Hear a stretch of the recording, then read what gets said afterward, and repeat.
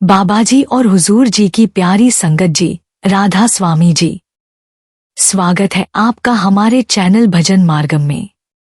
संगत जी, कई साधकों के मन में यह जिज्ञासा बार बार उठती है, क्या वास्तव में हम अपनी आंखें बंद करके चुपचाप बैठें तो कोई ऐसी दिव्य आवाज सुन सकते हैं जो न बाहर से आती है, न ही हमारे कानों से सुनाई देती है, बल्कि जो हमारे ही भीतर बहुत गहराई में किसी अज्ञात गुफा की तरह गूंजती है? क्या वह अनहद नाद, वह अनंत बिना रुके बजने वाली ध्वनि केवल किसी काल्पनिक अवधारणा है या सचमुच हमारे भीतर मौजूद है? और यदि है तो क्या हम उस तक पहुंच सकते हैं? क्या हमारे अंदर सच में कोई ऐसी शक्ति है, कोई ऐसा अदृश्य मार्ग है जो हमें इस भौतिक शरीर से परे ले जाकर आत्मा के मूल स्रोत परमात्मा के घर तक पहुंचा सकता है? संगत जी, ये प्रश्न केवल जिज्ञासु मन के नहीं है, ये उन आत्माओं की पुकार है जो सांसारिक शोरगुल से थककर अब शांति की तलाश में है, जो भीतरी मौन में कुछ और गहरा अनुभव करना चाहती हैं।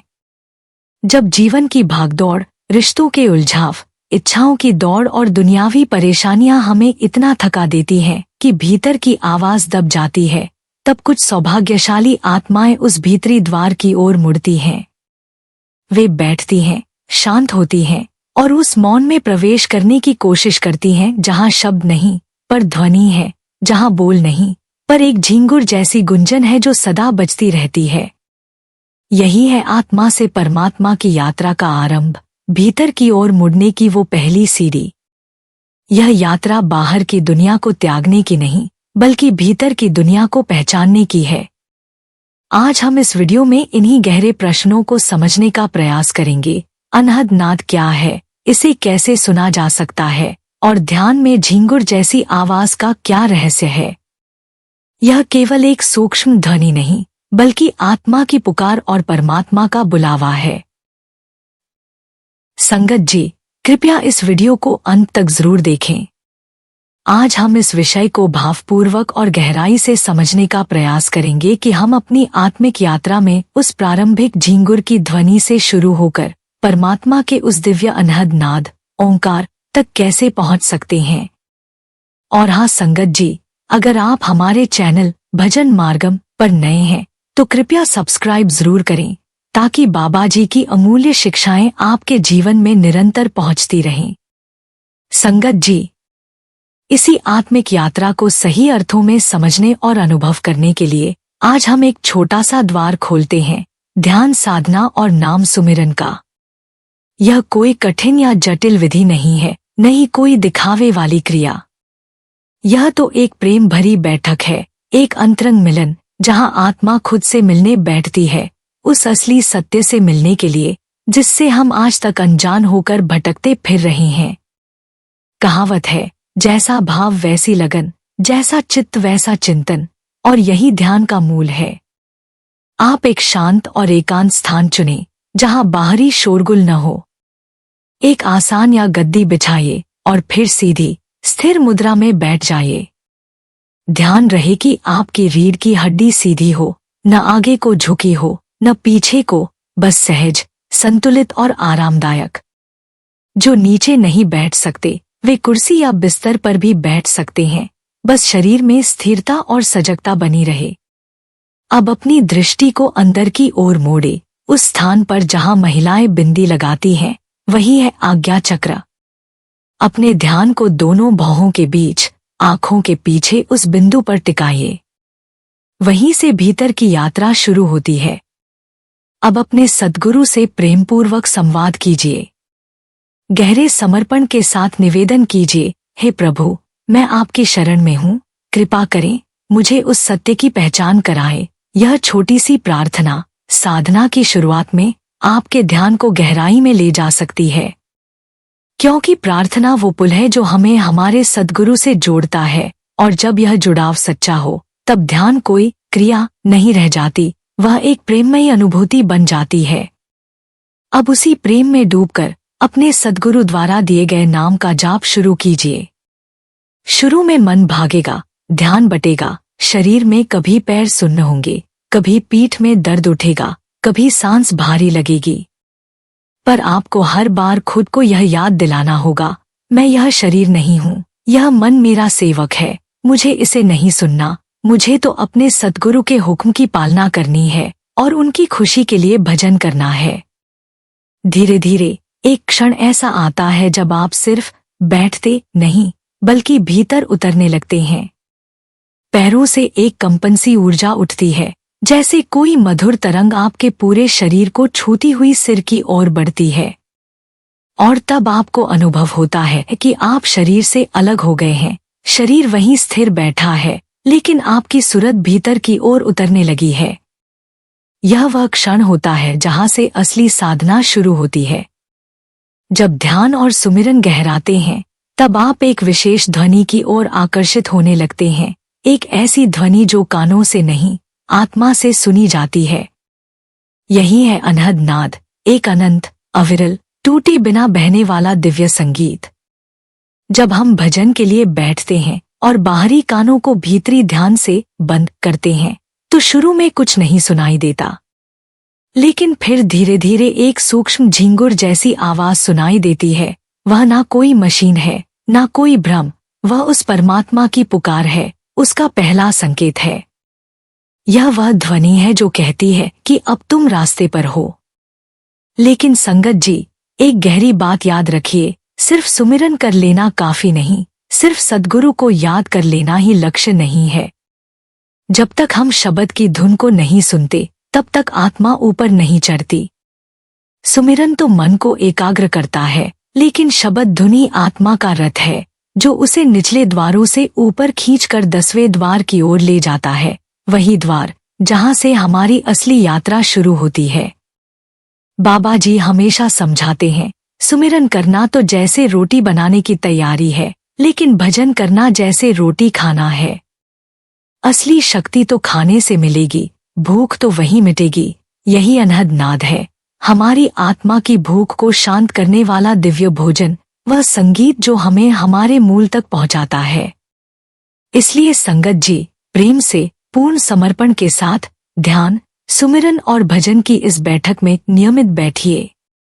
रास्ता लंबा हो सकता है, मन अड़ंगे लगा सकता है, पर कहते हैं ना, धैर्य का फल मीठा होता है और भजन का फल अमृत से भी मीठा।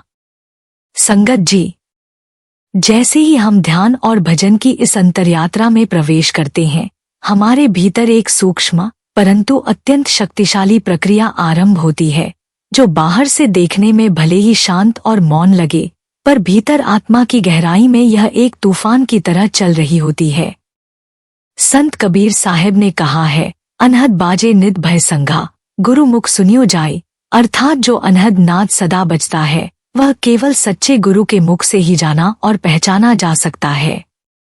यह वाणी कोई कवित्व मात्र नहीं, बल्कि आत्मानुभव की अमिट मुहर है।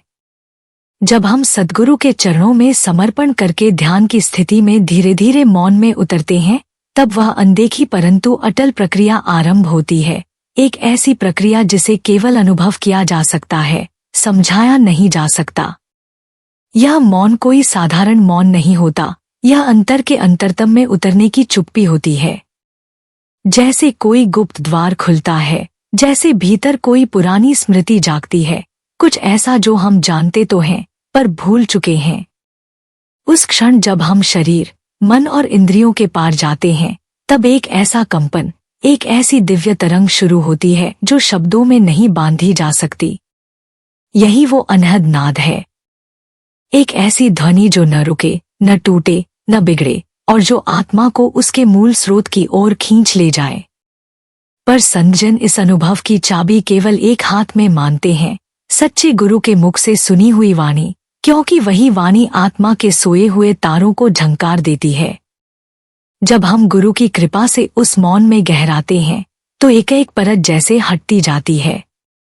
यह कोई बाहरी प्रक्रिया नहीं, बल्कि चेतना का जागरण है, और जब चेतना जागती है, तो हर पल, हर क्षण, हर ध्वनि में परमात्मा का संदेश सुनाई देने लगता है।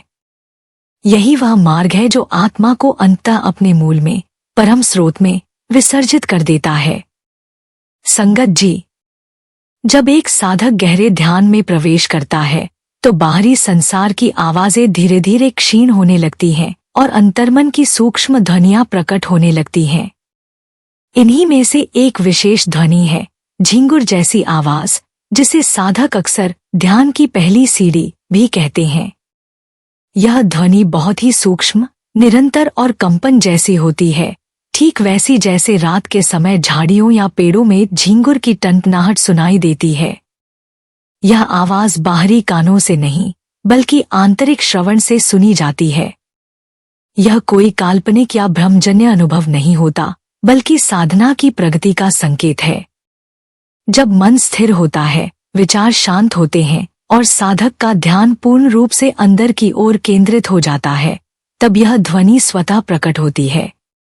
इसे श्रुति योग या नादयोग की प्रारंभिक अवस्था भी कहा जाता है। यह झिंगुर जैसी ध्वनि हमेशा एक समान नहीं रहती। जैसे जैसे साधक की साधना गहराती है, यह ध्वनि और अधिक मधुर, रहस्यमयी और आकर्षक बनती जाती है, जैसे घंटी की टनटनाहट, बांसुरी की धुन, वीणा के तार या शंख की आवाज।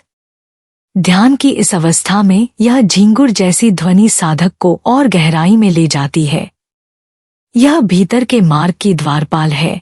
अगर साधक इस पर ध्यान टिकाए रखे तो यह ध्वनि धीरे धीरे चेतना को ऊंचे तल पर ले जाती है, जहां प्रकाश, नाद और अंतर्दर्शन की अनुभूतियां होती हैं। इसे सुनने के लिए कोई प्रयास नहीं करना होता, बस ध्यान के अभ्यास से जब मन एकाग्र होता है तो यह स्वतः सुनाई देने लगती है। आत झिंगुर जैसी यह ध्वनि कोई साधारण ध्वनि नहीं, बल्कि आत्मा के अंतर्यात्रा की पहली आहट है। यह संकेत है कि साधक सही दिशा में बढ़ रहा है और उसे और अधिक प्रेम, श्रद्धा और नियमितता से अपने ध्यान को गहराना चाहिए। यही आवाज अंततः उसे परम शांति, सद्गुरु के दर्शनों और आत्मिक साक्षात्कार की ओर ले जाती है। संगत जी, कई साधकों ने बड़े भाव से यह प्रश्न पूछा है कि ध्यान में जो ऊर्जा भीतर से उठती है, वह आखिर कहाँ से आरंभ होती है। तो आइए इसे प्रेमपूर्वक धीरे धीरे समझें। यह कोई सामान्य ऊर्जा नहीं, बल्कि चेतना की जागृत तरंग है, जो हमारे अस्तित्व की जड़ से उठती है। इसका प्रारंभ मूलाधार चक्र से होता है, जो हमारे शरीर के सबसे निचले भाग में स्थित होता है, वहीं से जहां जीवन की बीज शक्ति विश्राम करती है। जब कोई साधक ध्यान की अवस्था में शांत होकर बैठता है और अंतर्मुखी होता है, तो यह शक्ति जैसे धीरे धीरे जागती है, जैसे किसी शांत सरोवर में पहली लहर उठे, हल्की, कोमल, पर भीतर तक स्पर्श करती हुई। जैसे जैसे आप स्थिर होकर बैठे रहते हैं, यह ऊर्जा ऊपर की ओर बढ़ने लगती है, जैसे अमृतधारा किसी सूखे वृक्ष की जड़ों से पत्तों तक पहुंचने लगे। यह यात्रा एक एक करके हमारे सूक्ष्म चक्रों को छूती है, स्वाधिष्ठान, मणिपुर, अनाहत, विशुद्ध और अंततः आज्ञा चक्र तक आती है। लेकिन इस यात्रा को केवल शरीर से नहीं, नाम की स्मृति से पूरा किया जाता है। यही सिमरन वह कोमल परंतु अत्यंत बलवान डोरी है, जो आत्मा को ऊपर की ओर खींचती है। जैसे पतंग को हवा में उड़ाने के लिए डोर की सीधी पकड़ जरूरी है, वैसे ही आत्मा को ऊपर ले जाने के लिए सिमरन की डोर अविचल चाहिए। आप वो नाम जप सकते हैं जो आपको आपके गुरु से मिला है, चाहे वह राम, राधे, वाहेगुरु, अल्लाह, ओम या कोई भी ऐसा नाम हो जो आपके हृदय को शांति दे। शुरुआत में यह जप ज़बान से होता है, होंठ धीरे धीरे हिलते हैं, मन शब्दों को पकड़ता है। पर जैसे ही मन थोड़ा शांत होता है, जैसे ही सांसें गहराई पकड़ती हैं, सिमरन भीतर उतर जाता है। अब वो ज़बान से नहीं, आत्मा से चलता है। यह ही है अजपा जाप, एक ऐसा जप जो बिना बोले चलता है, पर सतत चलता है, जिसे न तो रोका जा सकता है, न ही शब्दों में बांधा जा सकता है। यह भीतर के मौन से आता है और फिर उसी मौन में विलीन हो जाता है।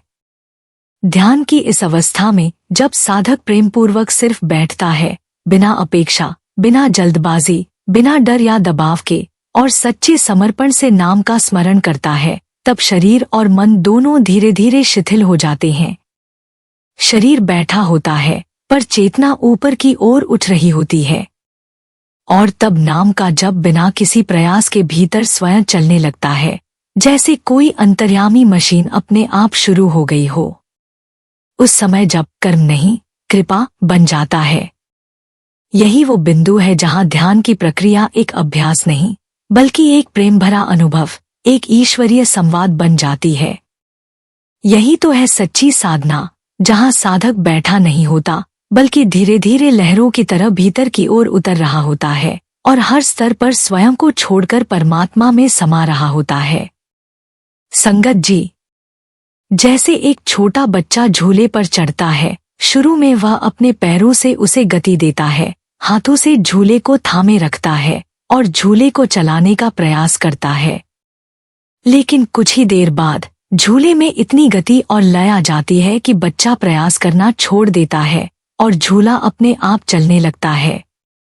बच्चा बस बैठा रहता है और झूला उसे ऊपर नीचे लयबद्ध रूप से हिलाता रहता है। ठीक ऐसा ही होता है जब साधक का सुमिरन अभ्यास से अजपा जाप में बदल जाता है। जब यह नाम जप अपने आप चलने लगता है, बिना किसी प्रयास के, केवल प्रेम और समर्पण की शक्ति से, तो यह स्थिति साधक को उस दिव्य क्षेत्र के पास ले जाने लगती है जहां अनहद ध्वनि निरंतर बज रही होती है। यह वही अनहद नाद है जिसके बारे में संतों ने विस्तार से बताया है कि यह ध्वनियां अनेक रूपों में अनुभव होती हैं। संत मत के ग्रंथों में उल्लेख मिलता है कि ये 10 प्रकार की ध्वनियां होती हैं, जो क्रमशः साधक की साधना की गहराई के अनुसार प्रकट होती हैं। कोई साधक सबसे पहले झींगुर जैसी एक बहुत सूक्ष्म और लगातार गूंजने वाली ध्वनि को सुनता है, बिल्कुल वैसी जैसे रात के सन्नाटे में घास में छिपा कोई जीव धीरे धीरे अपनी उपस्थिति दर्ज करा रहा हो। कभी यह ध्वनि शंख जैसी होती है, कभी घंटी, वीणा, मृदंग, जलतरंग, और कभी कभी तो यह गहरी नीरवता में छुपी एक संकेतात्मक गूंज होती है, जैसे कोई भीतर से कह रहा हो, इधर आओ, यह रहा तुम्हारा मार्ग। इन ध्वनियों को केवल सुना नहीं जाता, उन्हें अनुभव किया जाता है। और यह अनुभव तभी शुरू होता है जब साधक का मन शांत हो जाए, शरीर स्थिर हो जाए और आत्मा सद्गुरु की कृपा और नाम की ताकत से भीतर की यात्रा पर उतर जाए। जैसे जैसे यह अजपा जाप स्थिर होता है, यह भीतर की डोर पकड़ने लगता है, वह डोर जो आत्मा को निचले चक्रों से उठाकर धीरे धीरे उच्चतर सूक्ष्म द्वारों की ओर ले जाती है। यही वह बिंदु है, संगत जी, जहां साधक केवल साधक नहीं रह जाता, वह एक यात्री बन जाता है जो परमात्मा के बुलावे पर उसके धाम की ओर बढ़ रहा होता है। कुछ साधकों ने यह भी अनुभव किया है कि यह ध्वनि बहुत धीरे धीरे, अत्यंत कोमल रूप में आती है, जैसे कोई गूंज जो सुनाई तो देती है पर कानों से नहीं, और आती भी बाहर से नहीं, बल्कि भीतर कहीं बहुत गहरे से। यह कोई सामान्य अनुभव नहीं होता। यह वह क्षण होता है जब आत्मा पहली बार यह महसूस करती है कि वह अलग है शरीर से, मन से और संसार से। यह वह क्षण है जब आत्मा उस पहचान की पहली झलक देखती है जिसे पाने के लिए जन्म जन्मांतरों की यात्रा चली है। इन ध्वनियों की प्रकृति, उनका स्रोत और उनसे जुड़े रहस्य, इन सब पर हम आगे की क्लासों में विस्तार से चर्चा करेंगे।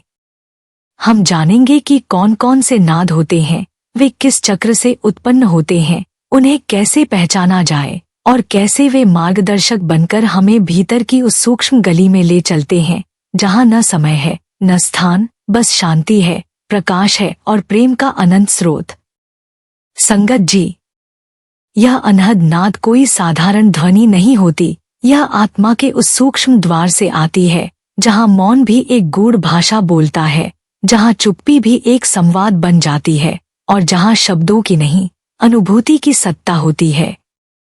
शुरुआत में यह ध्वनियां बहुत हल्की होती हैं, जैसे कोई बहुत दूर से आपको पुकार रहा हो, एक ऐसी धीमी गूंज जो ध्यान की मिट्टी से फूटे किसी बीज की तरह भीतर से उभरती है।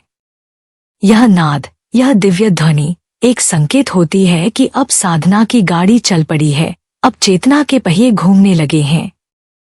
संतों ने बताया है कि यह अनहद नाद कुल मिलाकर 10 प्रकार के होते हैं और ये साधक की अवस्था, साधना की गहराई और चेतना की ऊंचाई के अनुसार प्रकट होते हैं।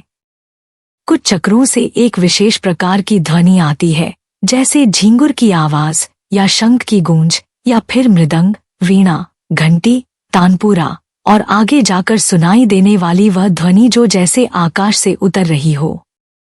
हर चक्र, हर केंद्र एक नई अनुभूति के साथ खुलता है और जब वह ऊर्जा का द्वार खुलता है तो आत्मा को एक नई दिशा और नया कंपन महसूस होता है। लेकिन संगत जी, एक बात बहुत गहराई से समझने योग्य है, यह ध्वनियां शरीर के कानों से नहीं आती और न ही ये शरीर के किसी भाग से उत्पन्न होती हैं। ये उस आत्मिक ऊर्जा के सूक्ष्म स्पंदन हैं जो मूलाधार चक्र यानी हमारे शरीर के सबसे निचले ऊर्जा केंद्र से उठकर सहस्रार चक्र यानी ब्रह्मरंध्र, सिर के ऊपर के दिव्य द्वार तक की यात्रा में प्रकट होती हैं। जैसे जैसे यह ऊर्जा ऊपर चढ़ती है, चेतना के स्तर भी बदलते जाते हैं और हर स्तर पर एक विशेष नाद की झलक मिलती है। यह अनहद नाद कोई ध्वनि भर नहीं, बल्कि वह निज बुलावा है, वह आत्मा की ओर से आती पुकार जो हमें हमारे परम स्रोत, हमारे प्रभु से जोड़ती है। यह कोई सुनने की चीज नहीं, बल्कि जीने की प्रक्रिया है, जहां हर ध्वनि एक मार्गदर्शक की तरह है और हर कंपन आत्मा के अगले पड़ाव की सूचना देता है। इसलिए संगत जी, जब आप ध्यान की गहराई में उतरें तो केवल सुनने के लिए न बैठें, समर्पण और मौन के साथ बैठें, क्योंकि यह ध्वनि नहीं, प्रेम की भाषा है जो आत्मा के कानों से ही सुनी जाती है। संगत जी, इस साधना के मार्ग पर चलते हुए एक बहुत ही महत्वपूर्ण प्रश्न हमारे सामने आता है, यह ध्वनि आखिर उठती कहाँ से है? इसका स्रोत क्या है? और यह हमें किस ओर ले जाती है? यह कोई बाहरी आवाज नहीं है, न ही इंद्रियों से प्राप्त होने वाला अनुभव। यह तो आत्मा की पुकार है जो मूलाधार से आरंभ होती है, वहीं से जहां चेतना सबसे गहराई में विश्राम कर रही होती है। जब साधक प्रेमपूर्वक सिमरन करता है, श्रद्धा से नाम का जाप करता है, तो यही चेतना धीरे धीरे जागृत होने लगती है। यह जागरण एक ऊर्जा के रूप में प्रकट होता है, एक ऐसी सूक्ष्म धारा जो रीढ़ की हड्डी के मध्य मार्ग से ऊपर की ओर बहती है, बिल्कुल वैसे जैसे शांत नदी की सतह के नीचे एक गुप्त जलधारा बह रही हो। शुरुआत में यह अनुभव बेहद हल्का होता है, परंतु साधना बढ़ने के साथ यह कंपन, यह स्पंदन बहुत स्पष्ट रूप से पीठ के मध्य, विशेषकर रीढ़ के पास महसूस होने लगता है। लगता है जैसे कोई अदृश्य शक्ति धीरे धीरे ऊपर की ओर चढ़ रही है, बहुत कोमल परंतु बहुत मजबूत। यह कोई भ्रम या कल्पना नहीं होती, नहीं यह कोई मन की बनावट होती है। यह उस साधना से उत्पन्न वास्तविक ऊर्जा है जो नाम सुमिरन की कमाई से उठती है। आपने जितना सच्चे प्रेम, श्रद्धा और समर्पण से सुमिरन किया होता है, वह नाम अब ऊर्जा बनकर आपको भीतर से ऊपर की ओर खींचने लगता है। और फिर एक ऐसा दिव्य क्षण आता है जब तीनों शक्तियां, भीतर की ध्वनि, अनहद नाद, भीतर का प्रकाश, ज्योति और भीतर की उपस्थिति, चेतना, एक साथ संगठित होकर आत्मा को उसके असली घर की ओर ले जाने लगती हैं। यही वह पड़ाव होता है संगत जी, जहां साधक को यह एहसास होने लगता है कि वह केवल शरीर नहीं है, वह केवल मन नहीं है, वह एक शुद्ध चेतना है जो अपने मूल की ओर लौट रही है। यह अनुभव कोई साधारण अनुभव नहीं होता, यह एक आत्मिक पुनरागमन होता है, जहां आत्मा धीरे धीरे इस संसार के शोर से हटकर उस शांति की ओर अग्रसर होती है जो न तो शब्दों में बांधी जा सकती है, न ही इंद्रियों से मापी जा सकती है। यह शांति परमात्मा की गोद जैसी होती है, निश्चल, निर्विकार और सर्वस्व को समर्पित। इसलिए संगत जी, जब आप ध्यान में बैठें तो केवल बैठिए नहीं, भीतर की उस शक्ति को जागने की अनुमति दीजिए, अपने सुमिरन की डोर थामे रहिए और अनुभव कीजिए कि कैसे वह दिव्य धारा जो मूलाधार से उठती है, आपको प्रकाश, ध्वनि और परम शांति की ओर ले जा रही है। संगत जी, संत ग्रंथों में एक अत्यंत गहरा और रहस्यमय वचन आता है, नाम के ध्वनि महासुख हुई, सद्गुरु मिले तब पाइए सोई। इसका अर्थ साधारण नहीं, बल्कि अत्यंत गंभीर और आत्मा को झकझोर देने वाला है। यह वाणी स्पष्ट करती है कि नाम की ध्वनि यानी उस दिव्य नाद में परम सुख छिपा है, लेकिन वह केवल सद्गुरु की कृपा से ही प्राप्त होता है। यह कोई साधारण सुख नहीं, यह तो आत्मा का मूल आनंद, उसका स्वरूप सुख है, जिसे हम भूल गए हैं और संसार की झूठी दौड़ में खो बैठे हैं। जब साधक सच्चे प्रेम से सिमरन करता है और ध्यान में स्थिर होता है, तो जो ऊर्जा मूलाधार से उठती है वह रीढ़ की हड्डी के मध्य से होकर ऊपर चढ़ने लगती है। लेकिन संगत जी, यह यात्रा कोई सीधी सपाट सड़क नहीं होती। यह मार्ग भीतर की सूक्ष्म गलियों से होकर गुजरता है। जहां जहां रुकावटें होती हैं, वहीं यह ऊर्जा ठहर जाती है। लेकिन वह ठहराव कोई रुकावट नहीं, बल्कि एक काम होता है, एक पवित्र कार्य, एक अंदर की सफाई। जैसे कोई प्रेम से भरा माली पेड़ की सूखी जड़ों से मिट्टी हटाता है, उनमें पानी डालता है, धीरे धीरे उन्हें फिर से जीवित करता है, वैसे ही यह ऊर्जा भी हमारे भीतर के चक्रों को छूती है, टटोलती है, और जहां कोई अवरोध होता है वहां रुककर उसका उपचार करती है। यह शक्ति केवल ऊपर चढ़ने के लिए नहीं, बल्कि अंदर को सुधारने के लिए भी आती है। इसलिए जब कोई चक्र खुलता है, तब साधक को अचानक एक सूक्ष्म झटका या कंपन का अनुभव होता है। यह कोई डरावनी चीज नहीं होती। यह तो संकेत है उस भीतर की सफाई का, जो साधक को अगले पड़ाव के लिए तैयार कर रही होती है। कभी कभी साधक कहते हैं, ध्यान में बैठे बैठे ऐसा लगा जैसे कुछ भीतर से हिला, जैसे कोई कंपन हुआ, या जैसे किसी ने भीतर दस्तक दी। संगत जी, यह साधारण घटना नहीं, यह वह सत्यनाद है जो आत्मा को जगा रहा होता है। यह झटका या कंपन बहुत हल्का होता है शरीर के स्तर पर, लेकिन आत्मा के मार्ग में यह अत्यंत गहरी और अर्थपूर्ण घटना होती है। यह दर्शाता है कि कोई ऊर्जा, कोई शक्ति जो भीतर कहीं वर्षों से जमी हुई थी, अब आगे बढ़ने लगी है, उसका रास्ता खुल गया है। यह कंपन, यह झटका, यह भीतर की हिलावट, यह सब संकेत है कि अब भीतर का कार्य आरंभ हो चुका है। अब ऊर्जा चल पड़ी है और आत्मा की असली यात्रा ने गति पकड़ ली है। इसलिए संगत जी, डरिए नहीं, उलझिए नहीं, बल्कि उस क्षण में पूरी सजगता और प्रेम से उपस्थित रहिए, क्योंकि यही वह पल होता है जहां नाम की कमाई अपना चमत्कार दिखाना शुरू करती है। संगत जी, ध्यान की यह गहराई केवल अनहद नाद को सुन लेने भर की प्रक्रिया नहीं है, यह तो एक पूर्ण, जीवंत और दिव्य यात्रा है, एक ऐसा अंतरयात्रा पथ जहां आत्मा धीरे धीरे अपने असली घर की ओर लौट रही होती है।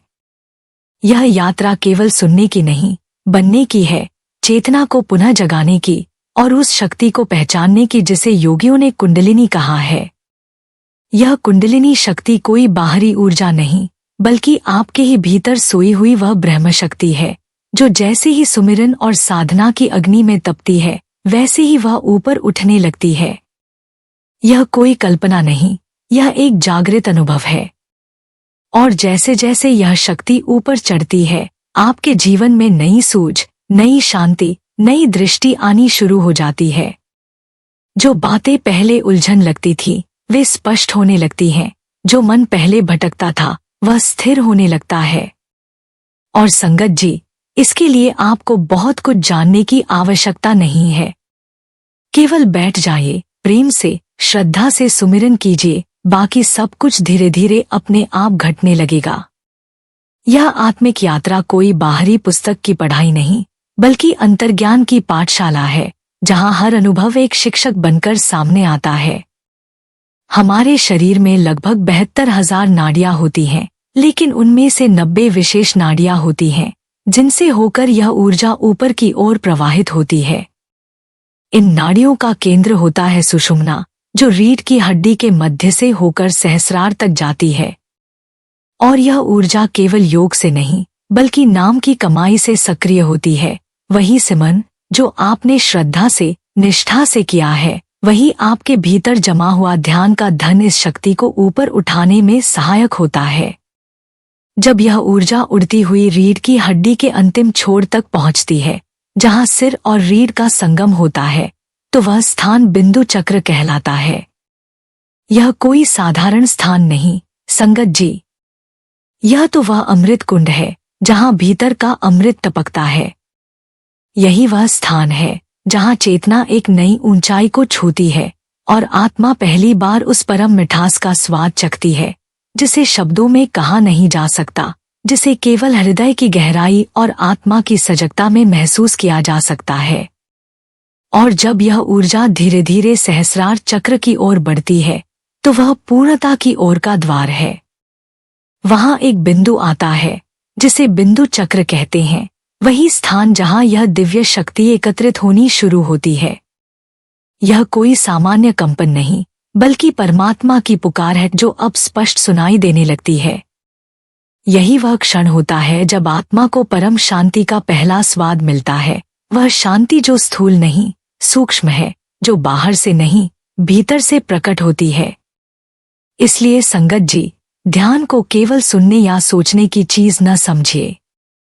यह तो एक जीवंत तपस्या है, एक निःशब्द संवाद और एक चरण दर चरण चढ़ाई जो आत्मा को उसकी परम मंजिल की ओर ले जाती है, उस स्थान की ओर जहां केवल प्रेम, प्रकाश और परम शांति है। संगत जी, आध्यात्मिक मार्ग पर चलते हुए एक अत्यंत सूक्ष्म लेकिन अत्यंत महत्वपूर्ण मोड़ वह होता है जहां साधक ध्यान की दिशा को या तो बदल देता है या अनजाने में एक गंभीर भूल कर बैठता है। अनेक साधक इस मार्ग के गहन बिंदुओं तक पहुंचने से ठीक पहले ही ध्यान को नाभि या शरीर के निचले हिस्सों में केंद्रित कर देते हैं और यहीं से यात्रा में एक बड़ा अवरोध आ जाता है।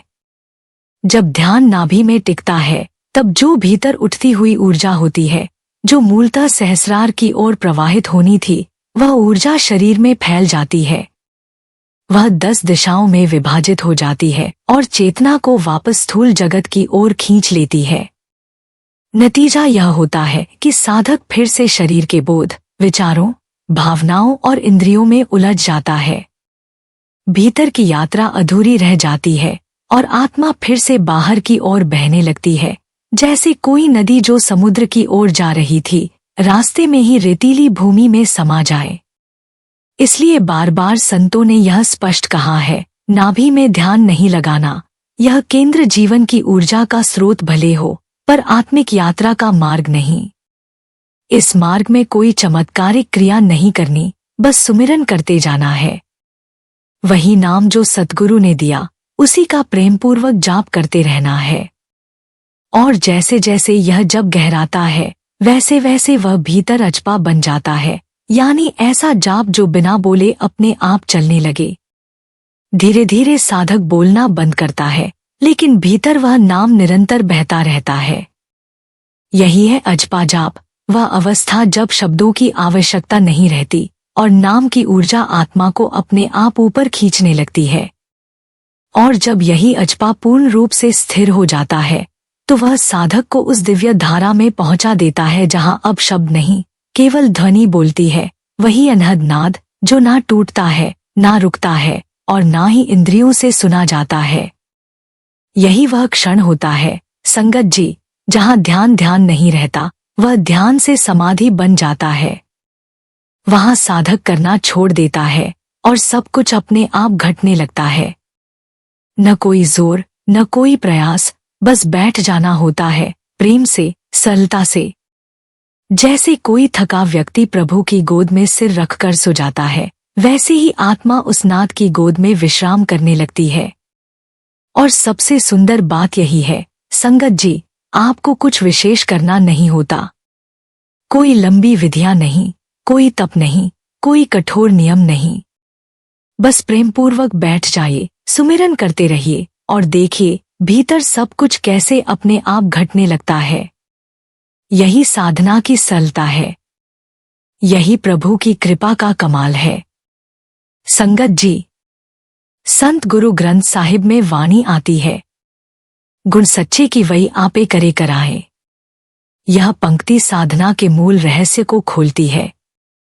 इसका भाव यही है कि सच्चे गुणों की वंदना भी वही करता है और करवाता भी वही है। यानी सच्चा सद्गुरु न केवल हमें नाम देता है, बल्कि उसी नाम का जप भी करवाता है। वह हमारे भीतर बैठकर ही भजन करवाता है, ध्यान लगवाता है और आत्मा को अपनी मंजिल तक पहुंचाता है। इस वाणी में एक बहुत गहरा आध्यात्मिक सूत्र छिपा है कि इस यात्रा में कुछ भी हम नहीं करते। जो कुछ होता है सद्गुरु की कृपा से होता है। हम चाहे जितनी भी कोशिश कर लें, अगर उनके हुक्म के बिना एक क्षण भी ध्यान में बैठने का भाव न जगे तो साधना अधूरी रह जाती है। इसलिए संत कहते हैं, हुक्म रजाई चलना, नानक लिख्या नाल। हमारा काम केवल एक ही है, समर्पण। अपने पूरे अस्तित्व के साथ अपने अभिमान, डर, असफलता, प्रयास सब कुछ छोड़कर उस मालिक के चरणों में बैठ जाना। जैसे बच्चा माँ की गोद में आकर चिंता मुक्त हो जाता है, वैसे ही साधक सद्गुरु की गोद में बैठकर कहता है, हे सद्गुरु, अब तू ही कर, मैं तो अज्ञानी हूँ, तेरी शरण में हूँ। और संगत जी, जैसे ही यह पूर्ण समर्पण होता है, भीतर कुछ बदलने लगता है। ध्यान अपने आप गहरा होने लगता है। सुमिरन अपने आप चलता है। शरीर शांत हो जाता है और चेतना ऊपर की ओर बढ़ने लगती है। यही है सद्गुरु की अदृश्य कृपा, जो हर पल हमारे साथ है, पर अनुभव तभी होती है जब हम अहंकार से नीचे उतरते हैं। इसलिए संगत जी, साधना में कभी यह मत सोचिए कि मैं कर रहा हूँ। बस यह मानिए गुरु करवा रहे हैं। फिर साधना भी पूजा बन जाती है और जीवन भी एक ध्यानमय यात्रा।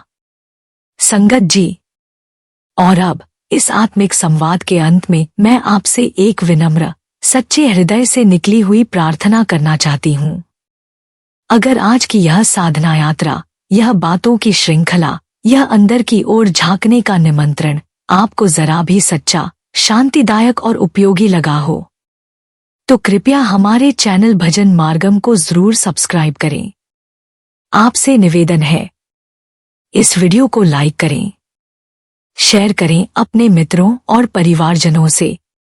और अगर आपके मन में कोई भी प्रश्न है, तो कृपया कमेंट में अवश्य पूछें। हम हर सवाल का उत्तर पूरी प्रेमशीलता, धैर्य और ध्यान भावना से देंगे, क्योंकि यह यात्रा अकेले की नहीं होती। जब कोई आत्मा भीतर की ओर मुड़ती है, तो वह केवल अपने आप से नहीं, बल्कि संपूर्ण सृष्टि से जुड़ने लगती है। संगत जी, याद रखिए, भीतर की आवाज बहुत धीमी होती है, वह किसी शोर में नहीं सुनी जाती। लेकिन जब हम सुनना सीख जाते हैं, जब हम शांत हो जाते हैं, तो वही धीमी आवाज सबसे गहरी, सबसे सत्य बन जाती है। अब हम यहीं विराम लेते हैं, उस अंतर्मन की दहरी पर, जहां न कोई शब्द होता है, न कोई सवाल, बस एक शांत उपस्थिति होती है, और वही होता है सच्चा उत्तर। चलिए भीतर की उस राह पर, जहां मिलने वाला कोई और नहीं होता, बस स्वयं का ही गुमशुदा स्वरूप होता है। प्रेमपूर्वक, शांति सहित सद्गुरु का सुमिरन करते रहिए। हम फिर मिलेंगे एक नई सत्संग यात्रा में। राधा स्वामी जी।